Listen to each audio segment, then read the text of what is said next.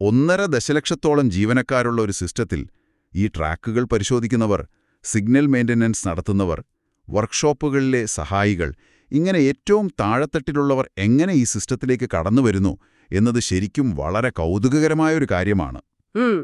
അവരെങ്ങനെയാണ് റിക്രൂട്ട് ചെയ്യപ്പെടുന്നത്? മാനുവൽ പ്രകാരം പറഞ്ഞാൽ 1 മുതൽ 2 വർഷം കൂടുമ്പോഴാണ് ഈ ഗ്രൂപ്പ് ഡി തസ്തികകളിലേക്ക് റിക്രൂട്ട്മെന്റ് നടക്കേണ്ടത്. അപ്പോൾ ഇതിന്റെ പ്രായപരിധി വരുന്നത് 18 മുതൽ 28 വയസ്സുവരെയാണ്. പിന്നെ SC/ST വിഭാഗങ്ങൾക്ക് ഇതിൽ 5 വർഷത്തെ ഇളവുമുണ്ട്. ഓക്കെ, പക്ഷേ അവിടെയാണ് എനിക്ക് ആദ്യത്തെ വലിയൊരു ആശയക്കുഴപ്പം തോന്നിയത്. അതായത്, ഒരു രാജ്യം ഒരു റെയിൽവേ സിസ്റ്റം എന്നൊക്കെയുള്ളപ്പോൾ എന്തുകൊണ്ടാണ് ഇതൊരു കേന്ദ്രീകൃത പരീക്ഷയിലൂടെ നടത്താത്തത്? അതായത് നമ്മൾ ഈ UPSC ഒക്കെ നടത്തുന്നത് പോലെയുള്ള ഒരൊറ്റ ദേശീയ പരീക്ഷ. അതൊരു വളരെ സ്വാഭാവികമായ സംശയമാണ്, അല്ലേ? കാരണം മാനുവൽ പറയുന്നത് ഡിവിഷനുകൾ, വർക്ക്ഷോപ്പുകൾ, ലോക്കോ ഷെഡുകൾ എന്നിങ്ങനെ വിവിധ യൂണിറ്റുകൾ അടിസ്ഥാനമാക്കിയാണ് നിയമനം നടക്കുന്നത് എന്നാണ്. അപ്പോൾ ഇങ്ങനെ പലയിടത്തും പല രീതിയിൽ പരീക്ഷകൾ നടത്തുന്നത് വലിയൊരു ലോജിസ്റ്റിക്കൽ ബുദ്ധിമുട്ടല്ലേ ഉണ്ടാക്കുന്നത്? ഒറ്റ നോട്ടത്തിൽ നോക്കുമ്പോൾ കേന്ദ്രീകൃത പരീക്ഷയാണ് എളുപ്പമെന്ന് നമുക്ക് തോന്നും. എന്നാൽ ഇതൊരു മാക്രോ ഓർഗനൈസേഷണൽ മാസ്റ്റർ ക്ലാസ് ആണെന്ന് നമ്മൾ മനസ്സിലാക്കണം. അതെങ്ങനെയാണ്? സംഭവം എന്താണെന്ന് വെച്ചാൽ, ഇന്ത്യൻ റെയിൽവേ ഈ ഗ്രൂപ്പ് ഡി തസ്തികകളിലേക്ക് അപേക്ഷ ക്ഷണിക്കുമ്പോൾ ചിലപ്പോൾ കോടിക്കണക്കിന് അപേക്ഷകളാണ് വരുന്നത്. അതായത് 1 ലക്ഷം ഒഴിവുകളിലേക്ക് 2-3 കോടി അപേക്ഷകൾ വരുന്നത് നിങ്ങളൊന്ന് സങ്കൽപ്പിച്ചു നോക്കും. ബപ്പരെ, അതൊരു വലിയ സംഖ്യയാണല്ലോ. അതെ, ഇതിനെയൊക്കെ ഒരൊറ്റ കേന്ദ്രീകൃത സിസ്റ്റത്തിലേക്ക് കൊണ്ടുവന്നാൽ ആ സംവിധാനം തന്നെ ചിലപ്പോൾ തകർന്നുപോകും. പിന്നെ അതിലും പ്രധാനപ്പെട്ട മറ്റൊരു കാര്യമുണ്ട്. ഈ ഗ്രൂപ്പ് ഡി ജോലികൾ വളരെ പ്രാദേശികമായ പ്രത്യേകതകളുള്ളവയാണ്. അതായത് ഭൂപ്രകൃതിയും മറ്റും. കൃത്യമായിട്ട് കാശ്മീരിലെ മഞ്ഞുവീഴുന്ന ട്രാക്കുകളിൽ പണിയെടുക്കുന്ന ഒരാളുടെ ശാരീരിക ക്ഷമതയോ വെല്ലുവിളികളോ അല്ല നമ്മുടെ കേരളത്തിലെ കൊടും ചൂടിലും മഴയിലും ട്രാക്ക് പരിശോധിക്കുന്ന ഒരാൾക്കുള്ളത്. അങ്ങനെ നോക്കുമ്പോൾ പ്രാദേശികമായ കാലാവസ്ഥയും ഭൂപ്രകൃതിയും പരിചിതമായ ആളുകൾ തന്നെ ആ പ്രദേശത്ത് ജോലി ചെയ്യുന്നതാണ് സുരക്ഷയുടെ കാര്യത്തിൽ ഏറ്റവും നല്ലത്. അതെ, മാത്രമല്ല അവർക്ക് ആ നാട്ടിലെ ഭാഷയും അറിയാമായിരിക്കുമല്ലോ. അത് അവിടെയുള്ള ആശയവിനിമയങ്ങൾക്കും വലിയ രീതിയിൽ സഹായകമാകും. ശരിയാണ്. അപ്പൊ അതുകൊണ്ടായിരിക്കും ലോക്കോ ഷെഡുകളും ഡിവിഷനുകളും കേന്ദ്രീകരിച്ച് വികേന്ദ്രീകൃതമായ രീതിയിൽ റെയിൽവേ ഈ നിയമനങ്ങൾ നടത്തുന്നതല്ലേ? തീർച്ചയായും. പിന്നെ ആ പ്രദേശത്തെ എംപ്ലോയ്മെന്റ് എക്സ്ചേഞ്ചുകൾ വഴി അവിടെയുള്ള ആളുകൾക്ക് തന്നെ പ്രാതിനിധ്യം കിട്ടാനും ഇത് സഹായിക്കുന്നുണ്ട്. ഈ മാനുവലിലെ ഓരോ വരികൾക്ക് പിന്നിലും ഇങ്ങനൊരു വലിയ പ്രായോഗിക ബുദ്ധിയുണ്ട്. ഈ പ്രായോഗികതയെക്കുറിച്ച് പറഞ്ഞപ്പോഴാണ് ഞാൻ മാനുവലിലെ 179ാമത്തെ പാരഗ്രാഫ് ശ്രദ്ധിച്ചത്. അതില് ഈ ഗ്രൂപ്പ് ഡി ജീവനക്കാരുടെ വിദ്യാഭ്യാസ യോഗ്യതയെക്കുറിച്ച് പറയുന്നൊരു വരിയുണ്ട്. ഏതു വരിയാണ്? അതായത്, ഈ വിഷയം പുനഃപരിശോധനയിലായതിനാൽ പിന്നീട് ചേർക്കുന്നതാണ് എന്നാണ് ആ ഔദ്യോഗിക രേഖയിൽ എഴുതി വച്ചിരിക്കുന്നത്. എനിക്ക് ശരിക്കും അത്ഭുതം തോന്നി. ഇതൊരു വലിയ സർക്കാർ സ്ഥാപനത്തിന്റെ ഔദ്യോഗിക നിയമപുസ്തകമല്ലേ? അതിലെങ്ങനെയാണ് ഇങ്ങനെ അവ്യക്തമായൊരു കാര്യം വരുന്നത്? അതൊരു വളരെ ഇൻട്രസ്റ്റിംഗ് ആയ കാര്യമാണ്. നമ്മൾ മനസ്സിലാക്കേണ്ടത്, ഈ മാനുവലുകളെന്ന് പറയുന്നത് ഒരിക്കലും മാറാത്ത ശിലാലിഖിതങ്ങളൊന്നുമല്ല. കാലത്തിനനുസരിച്ച് റെയിൽവേയുടെ സാങ്കേതികവിദ്യ മാറുമ്പോൾ ജീവനക്കാരുടെ യോഗ്യതയും മാറേണ്ടതുണ്ടല്ലോ. അതായത് പണ്ടത്തെ പോലെയല്ല ഇപ്പോഴത്തെ ജോലികൾ എന്നാണോ? അതെ, പണ്ട് ഈ കൽക്കടി വാരിയിടുന്ന ജോലിയായിരുന്നു ഗ്രൂപ്പ് ഡിയിൽ കൂടുതലുമുണ്ടായിരുന്നത്. എന്നാൽ ഇന്ന് ഇലക്ട്രിഫിക്കേഷൻ വന്നതോടെ ജോലിയുടെ സ്വഭാവം പാടെ മാറി. അപ്പോൾ വെറുമൊരു ശാരീരിക ക്ഷമത മാത്രമല്ല, അടിസ്ഥാനപരമായ ചില സാങ്കേതിക അറിവുകളും ഇവർക്ക് വേണ്ടിവരും. അപ്പോ അതുകൊണ്ട് വിദ്യാഭ്യാസ യോഗ്യതകൾ എപ്പോഴും അപ്ഡേറ്റ് ചെയ്യേണ്ടി വരും. കൃത്യം. ആ ഒരു നിരന്തരമായ മാറ്റമാണ് അണ്ടർ റിവ്യൂ എന്ന ആ ഒറ്റ വരിയിലൂടെ നമ്മൾ കാണുന്നത്. ഈ സിസ്റ്റം എപ്പോഴും സ്വയം നവീകരിച്ചുകൊണ്ടിരിക്കുകയാണെന്ന് സാരം. അതായത് ടെക്നോളജി മാറുന്നതിനനുസരിച്ച് യോഗ്യതകളും മാറണം. ശരി, അപ്പോ നിയമനം പ്രാദേശിക അടിസ്ഥാനത്തിലാണെന്ന് നമ്മൾ കണ്ടു. പക്ഷേ ഇവിടെ സ്വാഭാവികമായും ഉയർന്നുവരുന്ന ഒരു പ്രശ്നമുണ്ട്. എന്താണ്?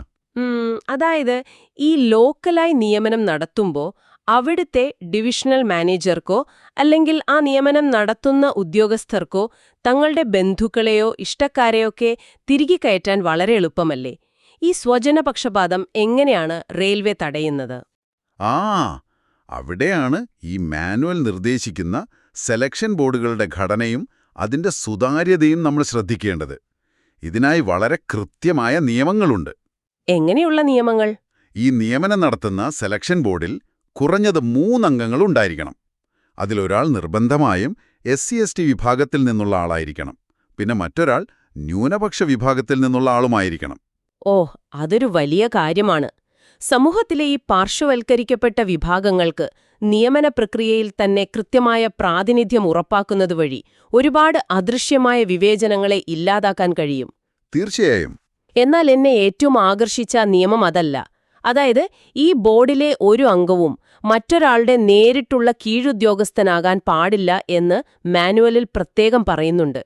ഇതിനെ എനിക്ക് നമ്മുടെ കോടതികളിലെ ആ ജൂറി ഡ്യൂട്ടി സിസ്റ്റത്തോട് ഉപമിക്കാനാണ് തോന്നുന്നത്.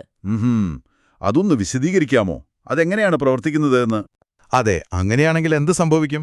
ഒരു ഉദ്യോഗാർത്ഥിക്ക് മാർക്ക് നൽകുന്ന കാര്യത്തിൽ അസിസ്റ്റന്റിന് മാനേജരോട് വിയോജിപ്പുണ്ടെങ്കിൽ പോലും തന്റെ ബോസ് ആയതുകൊണ്ട് അയാളത് തുറന്നു പറയില്ല.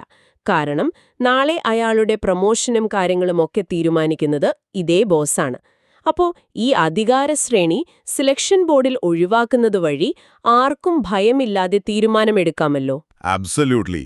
റെയിൽവേ പോലൊരു വലിയ സ്ഥാപനമെന്നത് റാങ്കുകളും അധികാരങ്ങളും നിറഞ്ഞ ഒരു വലിയ ഹയറാർക്കിക്കൽ സിസ്റ്റമാണ്.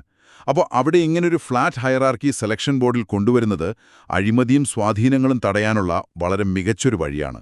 ആർക്കും മറ്റൊരാളുടെ മേൽ അനാവശ്യമായ അധികാരം പ്രയോഗിക്കാൻ കഴിയില്ല.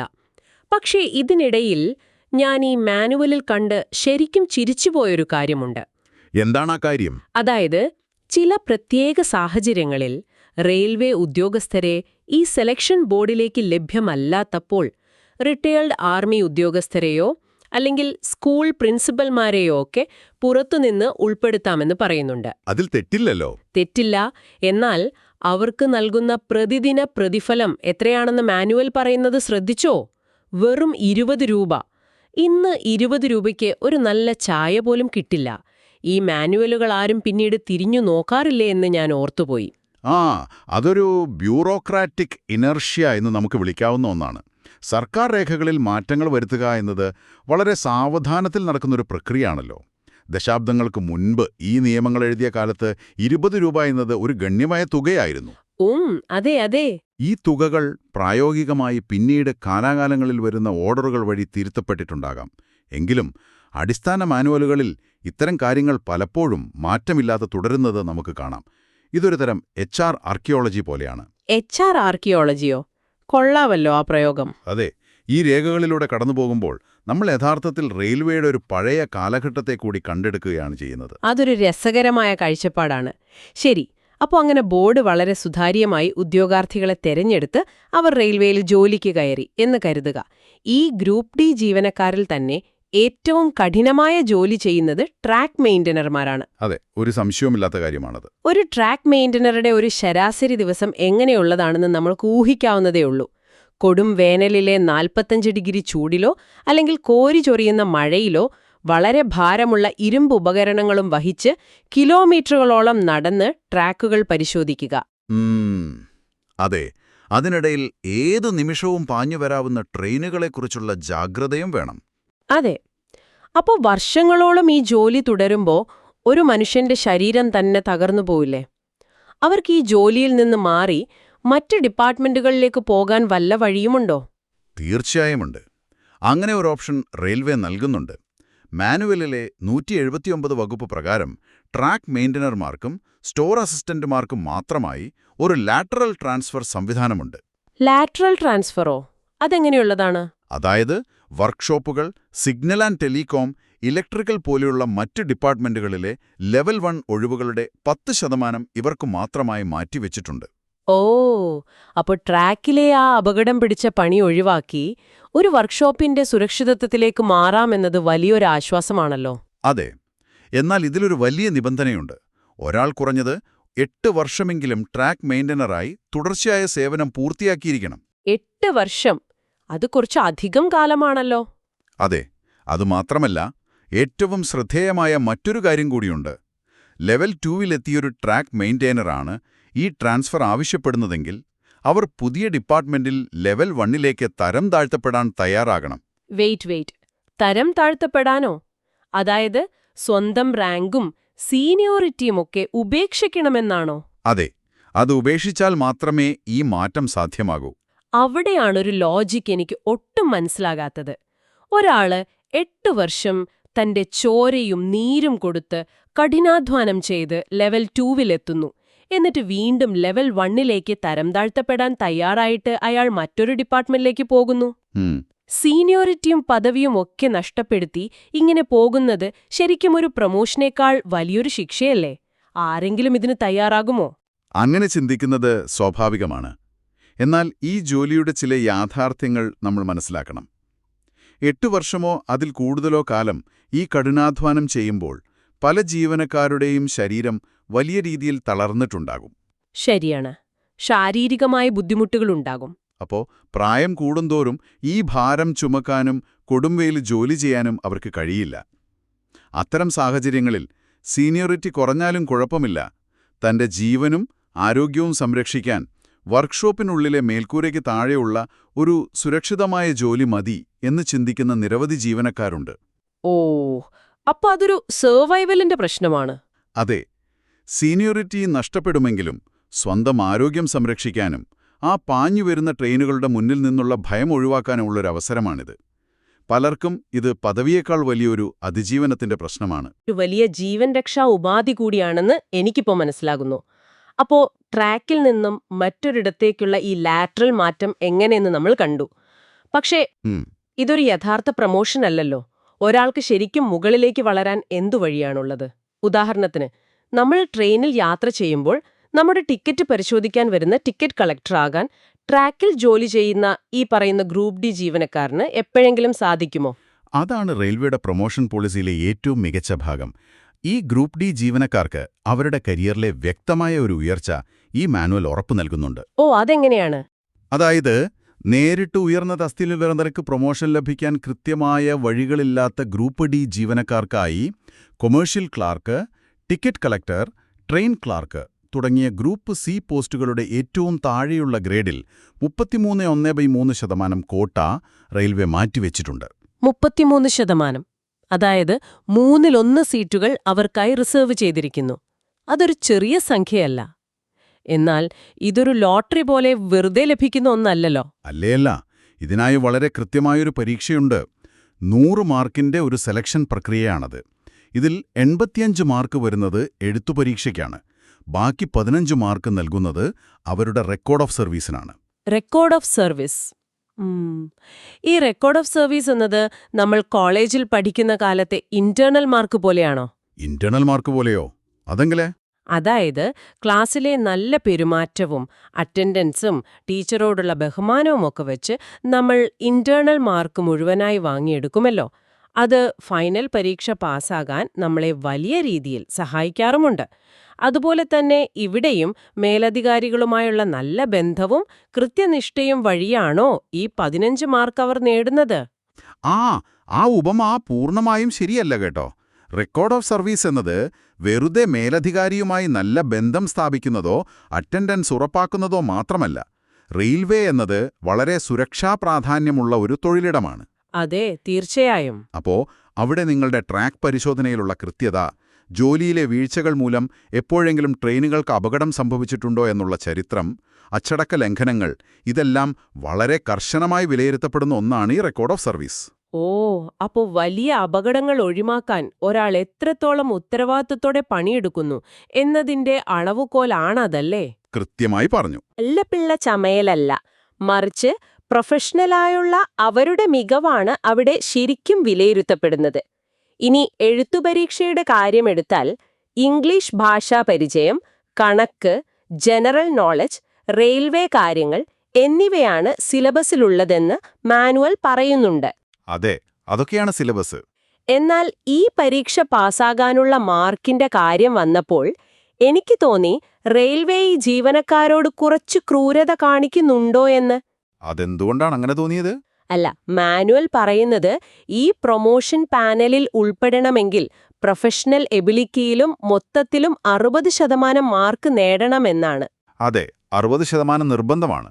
സാധാരണ നമ്മൾ കാണുന്ന പരീക്ഷകളിൽ 35 അല്ലെങ്കിൽ 40% പാസ് മാർക്ക്.